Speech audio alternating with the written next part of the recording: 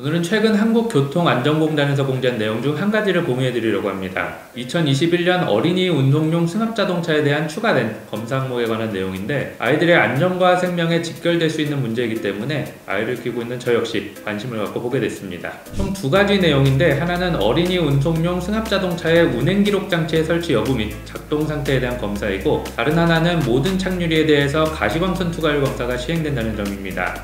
우선 어린이 운송용 승합자동차가 무엇인지 알아보겠습니다. 어린이에 대한 사전적 의미를 먼저 찾아보면, 어린아이를 대접하거나 격식을 갖춰 이르는 말, 대개 4세에서 5세부터 초등학생까지의 아이를 이른다. 보통 학원이나 보육시설 운영 시 통학 차량을 운용하게 되는데, 어린이 운송용 자동차로 사용할 수 있는 차량은 법으로 규정이 되어 있고, 13세 미만의 어린이를 교육 대상으로 하는 교육시설에서는 어린이 통학 차량이 이용되는 자동차를 운영할 경우 이를 반드시 신고할 의무가 있습니다. 어린이집뿐만 아니라 유치원, 초등학교, 특수학교, 각종 학원, 교습소, 아동복지시설, 사회복지시설, 체육시설, 그리고 도서관 등이 전부 신고 대상입니다. 먼저 운행기록 장치는 자동차의 속도, RPM, GPS 방위각, 가속도 등을 자동적으로 전자식 기억장치에 기록하는 장치라고 되어 있습니다. 이 개정안은 작년 송도 어린이 축구교실 교통사고를 발단으로 어린이 통학차량 운행에 주의를 기울여야 한다는 목소리가 커지게 되면서 영업용 화물차뿐만 아니라 어린이 통학차량에도 운행기록 장치의 설치와 운행기록 보관 의무가 추가되었습니다. 이 개정안을 통해 어린이 통학차량 운전자가 보다 책임의식을 갖고 어린이 안전에 만전을 기하면서 안전운전을 할 수 있도록 유도해서 교통사고를 예방하려는 목적이 깔려있다고 생각해 볼 수 있겠습니다. 운행기록 장치를 장착하지 않은 차량은 최초 적발 시 50만원의 과태료가 부과되고 최대 500만원의 과태료 처분에 처해질 수 있다고 합니다. 장착 후에는 6개월간의 운행기록을 보관해야 하고, 운행기록 제출 명령을 받으면 제출도 하셔야 하는데, 이때 제대로 제출하지 못하면 또 과태료가 나오고, 고장난 상태로 운행을 한다거나 꺼놓고 주행하는 것이 적발되면 또 과태료가 나올 수 있으니 이 점 유의하시기 바라겠습니다. 시행 시기는 올해 1월 1일부터였고, 이미 시행일 전에 운행 중인 차량은 2022년 말일까지 유예기간이 있지만, 이왕 하는 거 되도록 빨리 설치해서 조금이라도 빨리 사고 예방에 동참하는 것이 좋을 것 같습니다. 관련 근거는 교통안전법 제55조, 자동차관리법 시행규칙 제73조 및 80조입니다. 그리고 두 번째는 착륙이 가시광선 투과율 검사입니다. 가시광선 투과율이라고 하면 조금 이해하기 어려울 수도 있는데, 정말 쉽게 말하자면 창문의 투명한 정도 또는 창문의 농도를 의미합니다. 조금 더 정확한 방법으로 설명을 하자면, 우선 가시광선 투과율이라는 건 우리가 눈으로 볼 수 있는 영역대의 빛이 얼마나 잘 투과가 되는지를 수치한 개념이고, 우리가 자동차 유리의 한 귀퉁이를 보면 표기사항이 적혀 있는데 트랜스페런트 70% 등의 방식으로 적혀 있는 것이 바로 가시광선 투과율입니다. 참고로 썬팅샵에 가면 비저블 라이트 트랜스미턴스라고 해서 VLT라고 표기가 되어 있는데, 이 수치도 이와 동일한 가시광선 투과율, 즉 얼마나 투명하게 잘 보이는지를 수치한 개념이고, 이 수치가 높을수록 잘 보인다고 이해하시면 좋을 것 같습니다. 이번 개정안에서 말하는 게 바로 어린이 통학 차량의 모든 착륙의 가시광선 투과율이 70% 이상이어야 한다라는 건데, 우선 어두운 썬팅 필름이 어린이 질식사고의 주요 원인으로 작용할 수 있기 때문에 이 개정안을 통해 어린이 통학 차량의 모든 창문이 투명하게 잘 보이도록 만들겠다는 목적이 깔려있다고 볼 수 있겠습니다.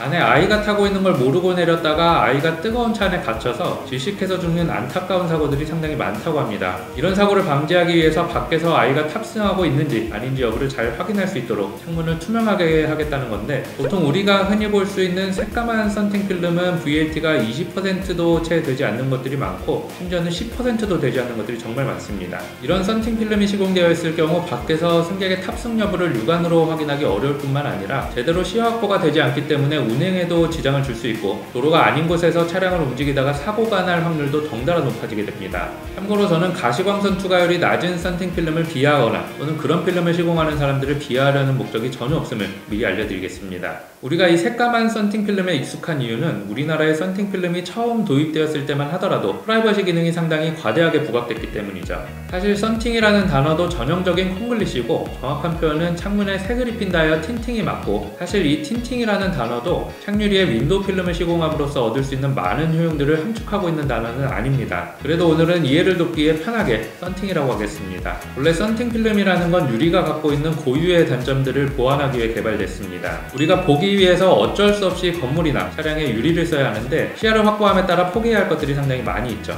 일단 유리는 잘 깨져서 사고 시 인명피해를 줄 수 있고, 단열이 취약해 창가에 있으면 곤욕을 치를 수 있으며 냉방과 난방고하를 높여 에너지효율을 떨어뜨리고 프라이버시가 침해당할 수 있을 뿐만 아니라 자외선과 같은 인체나 각종 내장재 등을 손상시킬 수 있는 전자기파를 그대로 포괄하는 단점 등이 있죠. 저는 개인적으로 좋은 썬팅 필름이라는 건 보이는 건 그대로 잘 보이게 하고, 앞서 말씀드린 창문의 단점들을 잘 보완해줄 수 있는 제품이라고 정의를 하고 있고, 어린이 운송용 승합 차량일수록 제가 말한 이 조건에 부합하는 제품을 시공하는 게 그 취지에 더 잘 부합할 것이라 판단하고 있습니다. 그런데 문제는 과거와 달리 요즘 나오는 차량들의 창문은 가시광선 투과율이 대부분 70%대이기 때문에 이 개정안대로 어린이 통학 차량의 착유리 가시광선 투과율을 70% 이상으로 하려면 썬팅 필름을 아예 시공할 수가 없다는 뜻이 됩니다. 단, 가시광선 투과율이 100%인 썬팅 필름은 시공이 가능하겠죠. 하지만 국내 차량용 썬팅 필름 시장 특성상 가시광선 투과율이 70%가 넘는 제품도 거의 없기 때문에 썬팅 필름 시공이 가능하다 하더라도 막상 시공하는 것도 쉬운 일은 아닐 겁니다. 현재 솔라가드 프리미엄의 최상위 퍼포먼스 필름인 LX 중에서도 VLT가 70%가 넘는 제품이 단 한 종밖에 없는데, 이마저도 이 제품 시공에 특화된 전문샵의 테파가 전국 어린이 운송용 승합 차량의 수요를 따라가는 것도 버거울 것으로 예상됩니다. 다른 시설들을 다 빼놓고 전국의 국공립 어린이집만 하더라도 약 45,000개 정도가 되는데, 스타렉스를 기준으로 차량을 딱 한 대씩만 잡아도 약 6,000롤 이상의 필름이 필요합니다. 어디까지나 있는 썬팅이 가능할 때의 얘기고, 기본 창문의 가시광선 투과율이 70%로 나오는 이상 VLT가 70%이건 90%이건 어떤 필름을 시공하더라도 가시광선 투과율이 70% 미만으로 떨어지기 때문에 VLT가 100%인 썬팅 필름이 나오기 전까지는 어린이 승합 차량의 창문은 기능성 필름으로 보호될 수 없습니다.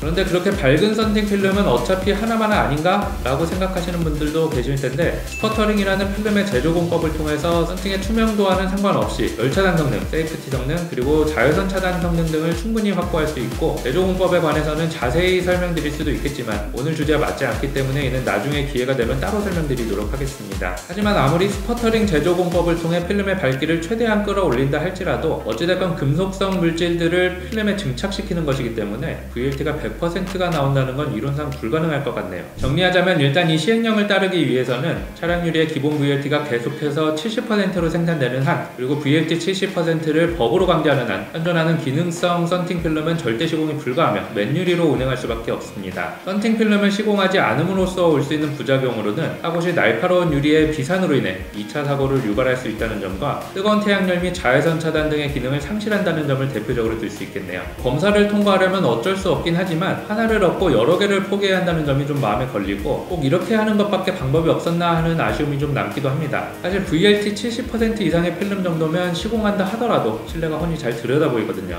썬팅 필름의 한계를 감안해서 가시광선 투과율을 50%에서 60% 정도로 타협을 하고, 썬팅 필름의 나머지 기능들을 전부 확보한 상태에서 아이들의 승하차를 관리하는 뒷좌석 선탑자의 탑승과 CCTV 설치 등을 의무화한다거나, 제네시스 GV70에 탑재된 레이더 기반의 후속 승객 알림 장치를 설치하는 방법 등으로도 얼마든지 아이들의 생명과 안전을 더 효과적으로 보장할 수 있지 않을까 싶네요. 참고로 GV70에 탑재된 레이더 기반의 후속 승객 알림 장치는 기존의 초음파 센서보다 감지 범위가 넓고 비금속 소재에 대한 투과도 가능해서 호흡에 의한 흉부의 미세한 움직임까지 정확하게 감지해 잠들어 있는 영유아도 놓치지 않고 운전자에게 알려줄 수 있다고 합니다.